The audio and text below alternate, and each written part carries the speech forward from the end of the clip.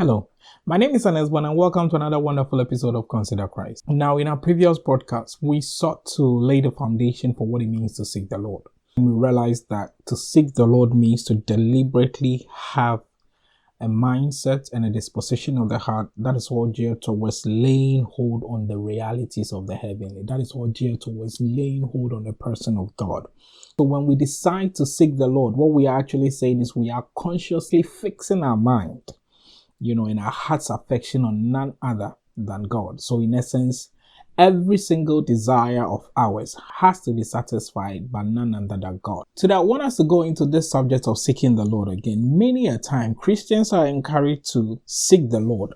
But the reasons why we are being given to seek the Lord, sometimes the premise is totally wrong. So many of us look at it from a very legalistic approach and think that it is highly impossible because of the approach we have adopted to seek the Lord. It becomes highly impossible for us to consistently do that which we have actually purposed in our heart to seek the Lord. Sometimes we are encouraged to kind of seek the Lord as a sense of duty.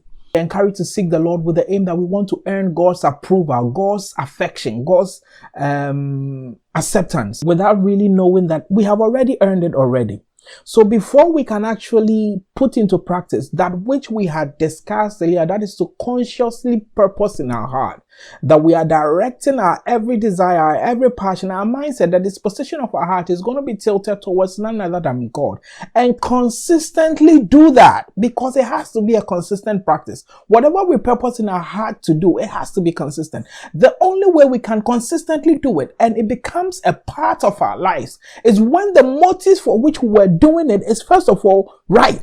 And everything that we are doing is just not making us feel proud of ourselves. It's not just making us feel puffed up because we think that we have actually checked the box. Oh, when we are going to God, you are so proud. I have spent so many hours in the presence of God, which is good. But the reason why you are actually spending that number of hours is because to you, it's a sense of duty. So once you are done, you can check the box and so I spent 10 hours before God, or I was able to pray for 1 hour or whatever, so that you can tell people. Not necessarily because the core aim of doing it is to pursue God and have a fellowship with Him. In order to actually pursue God and have an effective relationship with Him, there are two fundamental pillars that I believe that is at the core of our desire to seek the Lord. Once we understand these two fundamental pillars, we will be able to seek the Lord from a place of rest, with the understanding that this is the actual reason that should motivate us, and not any reason that emanates from satisfying the passions of the flesh, making us feel good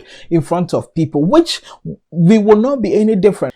From what the Pharisees did, standing in the corners of the market, praying that people will see them, that they actually pray, because they want to earn the respect, they want to earn the reputation in front of the people that, oh, these people are godly, these people are religious.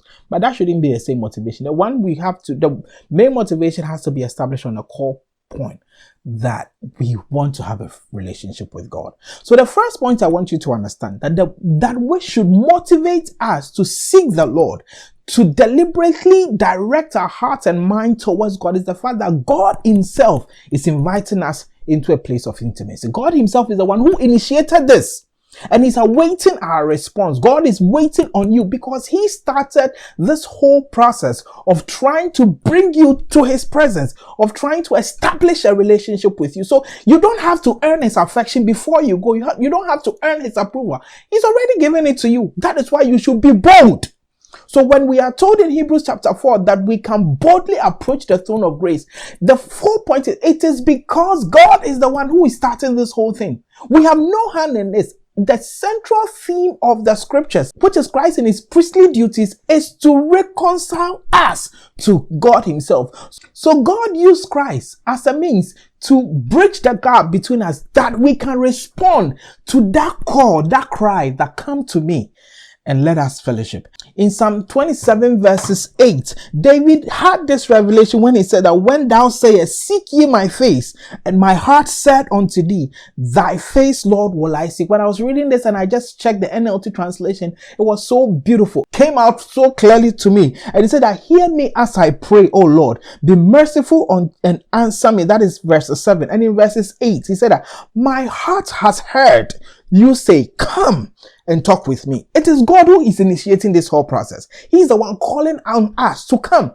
So it's not like we need to do anything extra. All we need to do is to accept this. He said, come and talk with me. And my heart responds, Lord, I am coming. Hosea chapter 6 verses 3 say, oh, that we might know the Lord. Let us press on to him. He will respond to us surely as the arrival of dawn or the coming of rains in the early spring. So the reason why it's scattered all through scriptures, and Hosea says there is no different, of so many assurances that the Lord said that if we call unto him, he will answer. And last week we were looking at the scripture in Jeremiah 29, is the fact that he is the one who actually initiated this whole process. So if he is the one calling, as we can actually hear it in our hearts, God saying that, come unto me and seek me, come unto me and talk to me, you have to boldly go. Don't let anything stop you. You don't have to then approach it as a sense of duty. No, you don't have to go to God talking to him because you feel like, if I don't talk to him, he's angry. You need to come to him because Christ has bridged that gap for you. Approach him boldly, not with the mindset of it being like a duty, but with the mindset that it is a response to the call of my Father. It is my Father crying out to me that come and talk to me. So let's first of all, the most important truth we have to realize is God is the one who has initiated this whole process of intimacy. And then we are just responding to that call through what Christ has done. The second point I want you to understand why you need to be motivated to seek the Lord is the fact that man was created to only thrive and exist and find purpose only in the presence of God. There is so much anarchy in the world today because we are departing away from the actual architecture of man. We are departing from how God actually invented man to operate. Man was created to actually draw his existence, his purpose, his being from none other than the being of God himself, because there is a deposit of God's being put into you, and that is how you draw from God what actually you are supposed to do in this. So anything we do that seeks to violate the operation of the original plan of God will always end us in a place of anarchy and confusion. And it's no secret looking at all that is going on around us, because we have deliberately made that decision that we will reinvent the wheel and move away from what God intended for us to do. So if we come to understand that the only way we thrive, the only way we find purpose, the only way we find the meaning of life is when we connect ourselves to the source of life himself, which is God, everything will fall back in place and everything will fall back into order. So that is God realizing that man's entire existence lies in being connected to him. That is why he made himself available unto man when he created him. Right from the time of creation, Genesis 1:3, he said that let there be light. Communicated that I'm unveiling myself, I'm revealing myself to, and he separated the light from the darkness. And the same vein, Bible says in Genesis 3 verses 8, and they heard the voice of the Lord walking in the garden in the cool of the day, and Adam and Eve hid themselves from the presence of the Lord, because that is where they were supposed to. God made himself available unto them because he knew that the way I put you together, anytime you move away from my presence, you've lost it. So it was no surprise that when they hid themselves and they decided that we don't want to be in your presence alone anymore, they deliberately decided, by virtue of the fact that they accepted what the enemy said as truth and rejected the instruction of God, God had nothing to do than to let them go. So once we come to a point of understanding that our entire existence lies in the presence of the Lord, we will know that that should be another motivation why we should always seek the Lord. So we then come to understand that it is the presence of the Lord that shapes the course of our life. It is the presence of God that gives meaning to life. And that should be the motivation why we should actually seek him. That should be the motivation why we should pursue the person of God. That should be the reason why we want to lay hold on the realities of the heavens. Psalm 16 verses 10 and 11 says that, for thou wilt not leave my soul in hell. No, that was not the desire. The plan of God was not for man to remain disconnected from him. No, there's no way we will thrive like that.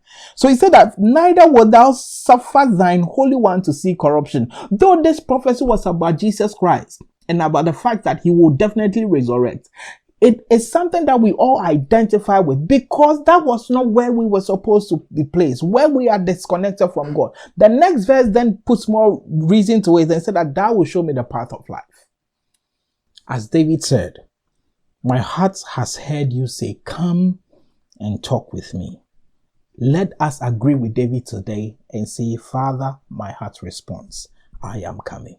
This has been Consider Christ. My name is Enes Bona. Shalom, and I'll see you again. Bye-bye.